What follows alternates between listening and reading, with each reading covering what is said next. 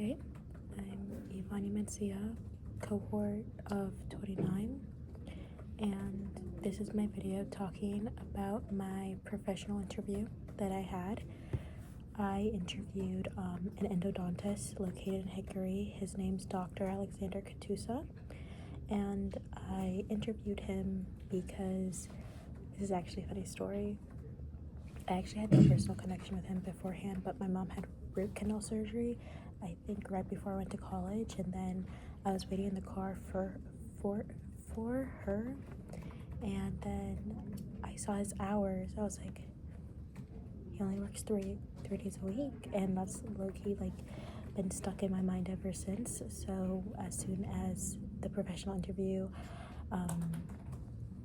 was introduced in class, I knew I wanted to ask him about his schedule specifically, and also ask him like his specialty, since it's not general dentistry but endodontist. Okay, sorry, I have the questions pulled up, but I also have some notes right here, so if you see me looking, just look at my notes. What did I learn from the interview and professional field of interest? I actually learned so much about his scheduling, his patients, and his amount of studying that he did. He's actually from Ukraine originally, and he got introduced into dentistry through his service in the army over there.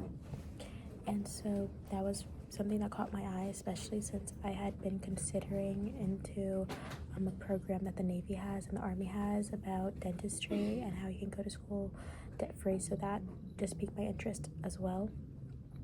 And it just showed me how much Army and Navy and the military just in general has to do with dentistry as well. And then he came over here, and he had to go back to school, obviously, because he graduated over there from Liv University, medical school, and got his dentistry degree over there in Ukraine. But I think he got his dentistry degree around 1992 here, so he's been in business for a long time.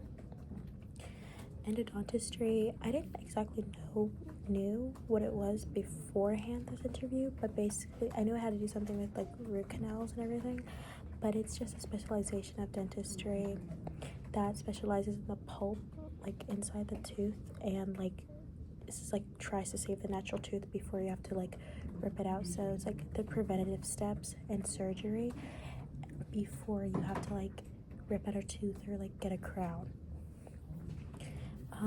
Something that really interested me when he was speaking with me was that he is actually a trained clinical hypnotherapist, and I didn't even know that was an actual thing in dentistry, but it's a lot more common than one would think.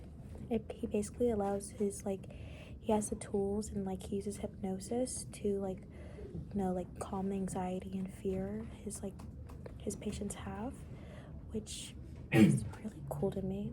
And Dr. Alexander Katusa, he was very enlightening with his schedule, because of one of the main things that really interested me and prompted me to even want to interview him with his schedule. And he was talking about how he had built his firm up from the ground, or his dentistry practice up from the ground, and that it's well, he does take care of patients, it's also a business, so he has staff around him that he truly trusts, and with the staff that he employs, he knows that they can schedule and they handle business. And actually, it's so cool, he has enough time in scheduling around where he can go on vacation for 2 weeks, at peak season of holiday season in December, which he was telling me about, which interested me even more in this field of dentistry, because of how flexible the schedule is per se.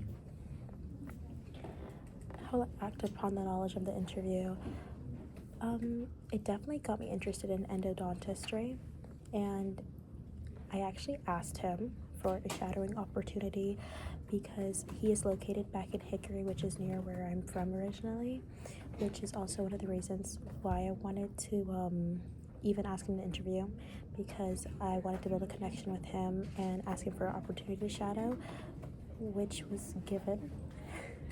At least an opportunity to follow him around. Sorry, that's my lighting. Follow him around and just see what he does in practice and every single day about patient care as well. To learn about crafting, lighting, and interview. I had a podcast assignment back in high school, so this is really similar around it. Like, I had to create my own questions for the podcast, same as this interview, and then I actually had my friends look at the interview questions and said, does this sound decent? Does this sound professional enough? And they'd give me feedback, and then I'd work on it, and then I'd go back to them, and then when they said I had no more feedback, I'd put it in ChatGPT, and then I'd be like, can I get more details out of this question, or can I make this more professional? So it's a lot of checking yourself and checking your work, and emailing was something. I actually emailed him back in the beginning of October, but he never replied. He didn't reply after a week, and so I called him instead. I called his office and said, hey, is it possible I could get an interview with him? I emailed, and then he never responded.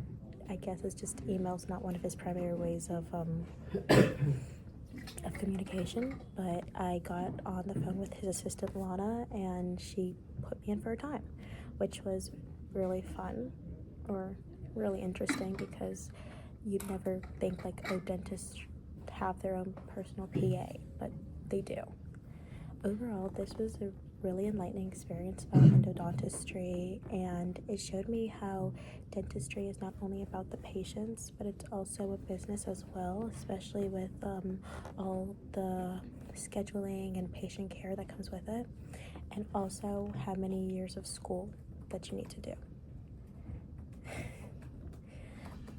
But yeah, that was my interview process, and I'm actually so excited that from this interview process that I was able to get an opportunity to shadow him during Christmas break before he's on his 2-week break.